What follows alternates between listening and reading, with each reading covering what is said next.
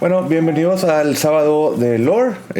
Este sábado vamos a hablar de un fenómeno que se llama el tempering, pero nos vamos a ir un poquito más a fondo con ciertas cosas que nos mostraron desde el Realm Reborn que salieron a dar frutos en expansiones futuras, como lo fue Endwalker y Shadowbringers. Considerablemente este video va a tener spoilers hasta Shadowbringers, entonces ya estás advertido. Entonces vamos a ver un concepto. Al principio del juego, cuando entras al dungeon de Sastasha, y todas esas quests de It's Probably Pirates, creo que así se llama el quest si me acuerdo bien, nos introducen el concepto de una facción de gente que se llaman los Reavers, que están alineados con los Sagakin, que en este caso están alineados o están tempereados, ahogados en el término correcto para ellos, por el Lord of War o Leviatán. Ahí no vemos tanto el efecto del tempering como lo vemos hasta el quest de nivel 21 de Lord of Inferno con Ifrit, donde nos introducen el concepto de tempering. ¿Qué es el tempering o el enthrallment? En Final Fantasy XIV, que en este mundo donde todo está hecho de Aether, nos cuentan que los Primals son creaciones de Aether directo con algún tipo de imagen o deidad que ellos quieren invocar, y estas deidades pueden afectar el flujo de Aether de cada persona para alinearlos, para como lavarles la cabeza, por decirlo así, controlarlos, para que poco a poco esta gente adore a esta deidad. Entonces, así es como nos introducen en Final Fantasy XIV el término del enthrallment. Y conforme va pasando la historia nos vamos dando cuenta de más ocasiones donde esto sucede. Y sobre todo que esto, en ese punto de la historia, no tiene ninguna cura. Lo que no nos cuentan o nos dejan ver un poco entre líneas, pero nunca tan a fondo o tan detallado, son los niveles de tempering que puedes tener. Entonces, mientras que en el quest de Sastasha y en el quest de Lord of Inferno vemos a esta gente que cuando, por ejemplo, en el quest de Ifrit, Ifrit le lanza el fuego azul, ellos empiezan a adorarlo, oh sí, el dios del infierno y todo. Su composición física sigue siendo igual. Es más adelante en la historia donde nos mencionan que el constantemente estar bañado por el Aether de este Primal, que en este caso en el de Ifrit es de fuego, puede poco a poco ir mutando a la persona. Y aunque es un comentario que hacen muy a ligera, en Sastasha Heart vemos uno de los casos más prominentes, que en ese entonces se ve como un comic relief con el Capitán Madison, como pueden ver en pantalla. Sin embargo, esconde cosas muy profundas sobre la naturaleza de este fenómeno y la naturaleza de este juego. Fuera de eso, es hasta el dungeon de Snowcloak, donde también vemos que hay un cierto tipo de humanos que, utilizando un spell que se llama Dragon Blood, pueden cambiar o mutar a dragones. Y mientras que en ese entonces no tenemos una idea clara sobre por qué ellos pueden hacer este tipo de cosas, es hasta que empezamos a resolver la Dragon Song en Heavensward que nos cuentan por qué ciertos humanos de Ishgard pueden mutar a dragones. Nos cuentan que los humanos, los antepasados de estos, bueno, no humanos, los antepasados de esta civilización de los Ishgardianos, traicionaron a Rathatos y se comieron sus ojos. Ojo aquí, pun intended. Los ojos de los dragones son, como reservas gigantes de Aether, enormes. O sea, descomunalmente grande de Aether.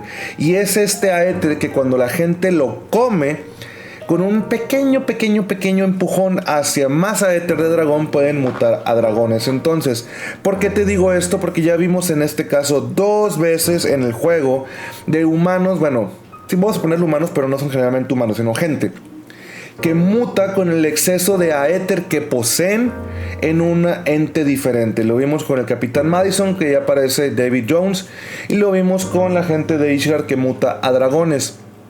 Lo que nos deja entender que cualquier tipo de Aether que desbalancee nuestro Aether primordial del cuerpo en exceso nos puede causar una mutación tremenda e irreversible. Nada de esto tiene cura.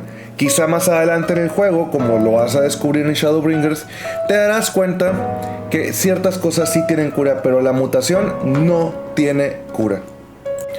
Y mientras que cada Primal llama a su séquito de gente cocowashada o lavada de la cabeza de diferente, por ejemplo con Ifrit utilizamos Temperate, con Leviathan utilizamos Drown, con Ramuh, que a él no le gusta hacer eso, utilizamos Waken, con Odin utilizamos Sundered, que Odin es un Primal muy curioso. Luego vamos a ver un lore específicamente de él. Odin solamente temperea o por ejemplo cocowashea a una persona. Y si ya jugaste en Walker, también vemos otro Primal ahí que se encargó de lavarle la cabeza a mucha gente. Spoiler para el video si no están en Walker, Anima. Pero bueno, volvemos a lo que estábamos diciendo. Son estas mutaciones de Aether de lo que quiero que hablemos un poco. Cuando llegamos a Shadowbringers. Nos introducen en esta cutscene que estás viendo en pantalla una de las imágenes más perturbantes que hubo en ese tiempo sobre la mutación a un Sin Eater. Que si ya has estado prestando atención en este video, es lo mismo que ha estado pasando con el Capitán Madison, con los dragones y con toda esta gente que tiene un Aether en exceso. Lo que pasa con los Sin Eaters es exactamente lo mismo.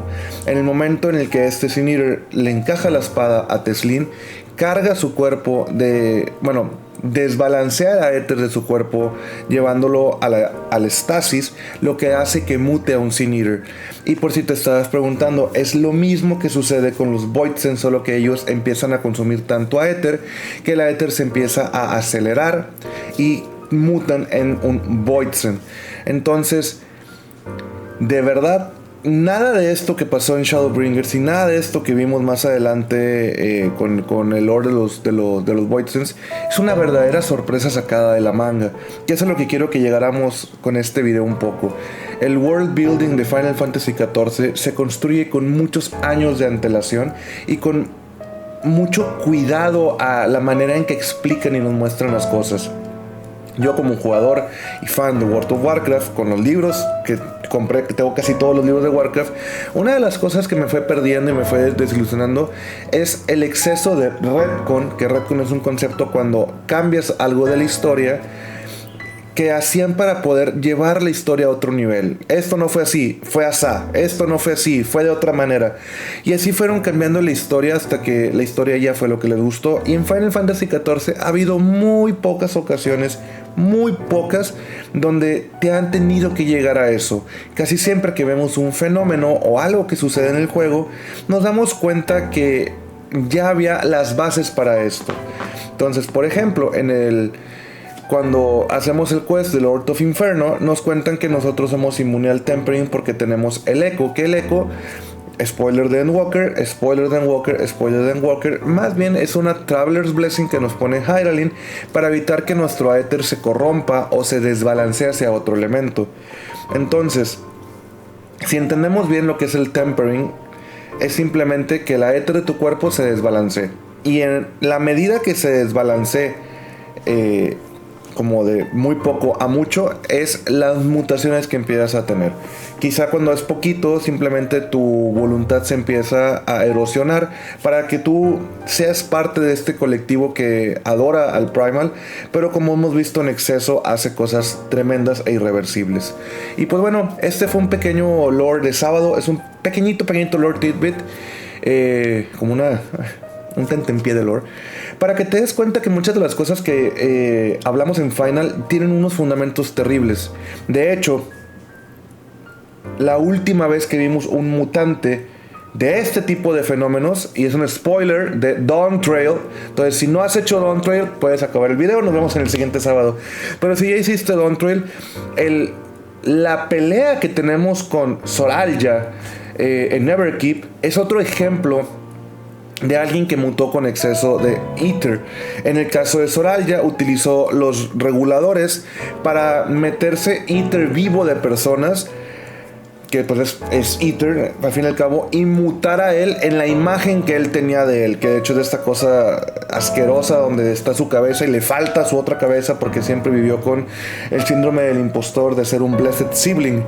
Entonces me da gusto cuando respetan este tipo de narrativas, porque me doy cuenta que la historia está hecha con mucho cuidado. Quizá la historia ahorita no está en un hype tremendo como lo fue en Walker. Sin embargo, me da gusto ver que, por ejemplo, en el caso de Zoralia, siguen respetando el hecho de que cualquier exceso de aether que llega a nuestro cuerpo, por donde sea, nos hace mutantes. Y pues bueno, gente, este fue el sábado de lore de este sábado, los mutantes de Aether y todas sus iteraciones. Entonces, si te gustaría que habláramos de un tema en específico de lore, quiero que me dejes el comentario ahí en la barra de comentarios. Siempre voy a estar sacando estos sábados de lore porque me he dado cuenta que a la gente les gusta. Pero si quisieras que habláramos de un tema en específico, encantado, hablamos ahí en los comentarios. El juego tiene 10 años de contenido, entonces hay muchas cosas de las que podemos hablar.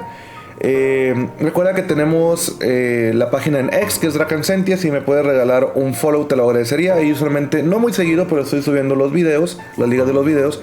Obviamente estamos aquí en YouTube. Yo subo muchos de estos videos a Facebook. Ahí no tengo una cuenta de Dracancentia, mi cuenta personal de José Hinojosa, pero también tenemos un Patreon. El Patreon lo abrí simplemente como una manera de tener un acercamiento más con la gente que le gusta este contenido. Entonces, si quisieras que te mencionen los videos o ayudarme en la creación y en las ideas de estos videos, puedes dejarme una suscripción en Patreon. Creo que es de 3 o 5 dólares al mes, para poder seguir haciendo esto. Como saben, esto es un hobby que mientras me guste y mientras ustedes estén aquí para escucharme, lo voy a seguir haciendo, pero no deja de ser un hobby del que no se gana ningún dinero. Nos vemos en el siguiente sábado. Ya muy pronto vamos a acabar las guías de todas las guías de combate y empezaremos con las guías de PvP. Entonces nos vemos, gente.